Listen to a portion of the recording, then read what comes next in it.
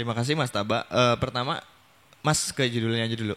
Nah, jadi pertama sebelum menjawab apa yang tadi ditanyakan Mas Taba, apa kompetensi yang dibutuhkan Dewas gitu dalam konteks tantangan LPP sekarang gitu. Mungkin saya pikir kita perlu mendudukan persoalan yang menurut saya penting itu soal membedakan apa itu LPP, lembaga penyiaran publik, dengan lembaga penyiaran pemerintah.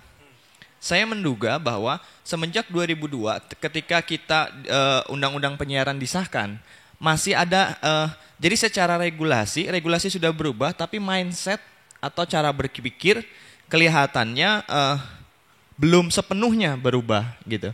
Nah, dalam hal ini saya nggak akan bicara spesifik RRI, mungkin saya akan bicara di dalam dua konteks LPP sekarang, dalam konteks undang-undang RTRI, RUU RTRI yang nanti akan digolkan, dan bagaimana menuju LPP yang profesional gitu. Nah, lalu saya pilih untuk melihat BBC sebagai pembanding tentang bagaimana LPP yang profesional. Mengapa BBC misalnya? Karena kalau kita tahu sekarang itu misalnya PBB lewat UNESCO-nya itu juga membilang bahwa contoh paling ideal dari apa yang disebut sebagai lembaga penyiaran publik itu seperti yang dilakukan oleh BBC. Saya akan mencoba menguraikan apa beberapa hal yang menjadi ciri umum dari sebuah lembaga penyiaran publik, baik itu radio ataupun televisi. Silakan Mas. Yang pertama, lembaga penyiaran publik itu kalau mengacu pada UNESCO yang saya kutip di sini, yang pertama dia mencakup geografi yang luas, yang general gitu loh. Dan kalau kita bicara publik, pasti publik dalam konteks nasional. Jadi cakupannya luas gitu. Yang kedua, dia concern pada identitas budaya dan nasional. Ada upaya untuk mempopulerkan, melestarikan tradisi, kebudayaan dan identitas nasional. Nah, ini yang penting, dan dari tadi disinggung oleh Pak Paulus maupun Pak Surya, dia harus independen dari dua kekuatan. Pertama kekuatan ekonomi, kedua state atau negara. Nah, ini yang kadang-kadang masih agak ragu. Saya sejujurnya nggak begitu banyak bisa kasih contoh soal RRI, tapi misalnya kalau boleh diambil contoh kasus TVRI, ketika beberapa waktu yang lalu, beberapa bulan yang lalu, mereka sempat misalnya menyiarkan ulang tahun Partai Golkar, terus Kongres Demokrat dan sebagainya, yang kemudian itu berefek pada misalnya pergantian direksi kalau nggak salah Pak ya. Iya.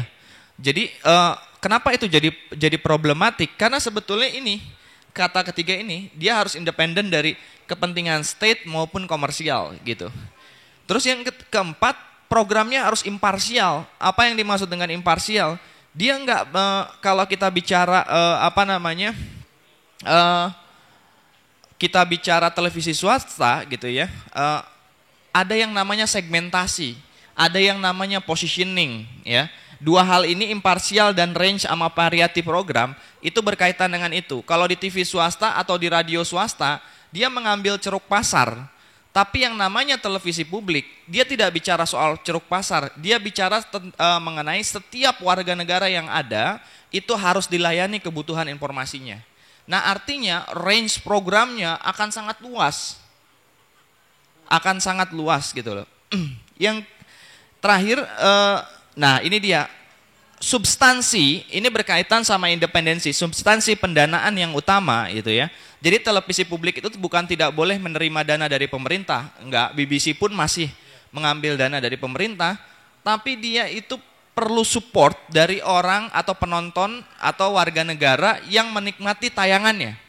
Nah, saya pribadi termasuk orang yang percaya bahwa RTRI atau TVRI dan RRI itu adalah harusnya mengambil license fee.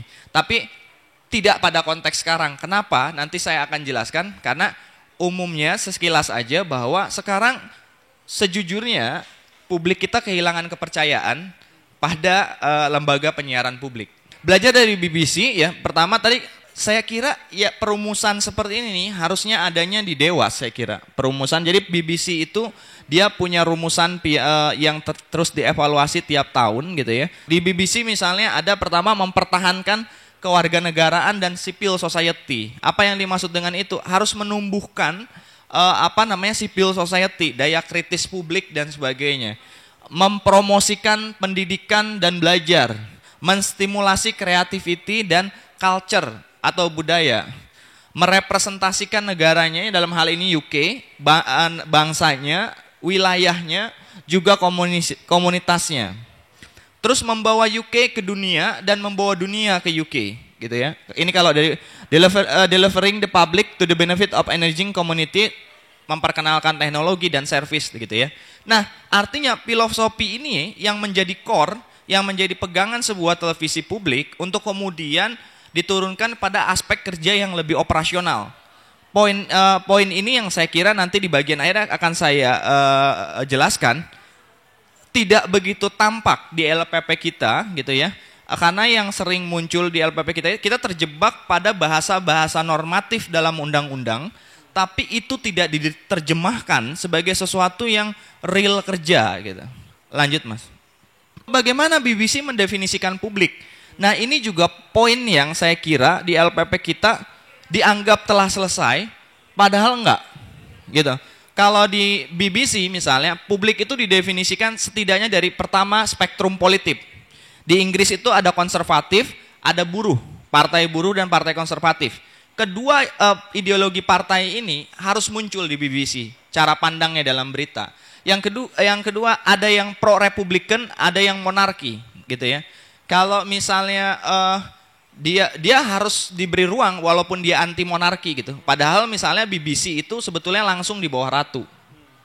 Yang kedua latar belakang agama dan kepercayaan, Protestan, Katolik, Islam, ateis dan sebagainya. Orientasi seksual, LGBT, heteroseksual, geografis, kota, desa, Inggris, Wales, Scotland, karena BBC itu jangkauannya UK semua, gitu. Dan ini harus berimbang, usia, anak dan remaja. Untuk apa definisi publik ini menjadi penting? Definisi ini menjadi penting karena berdasarkan acuan inilah kebutuhan tiap publik harus dilayani. Jadi ketika bicara siaran agama, di BBC itu ada siaran agama khusus untuk orang ateis. Karena mereka menganggap misalnya warga Inggris itu ada sebagian demikian. Untuk Islam ada dan sebagainya.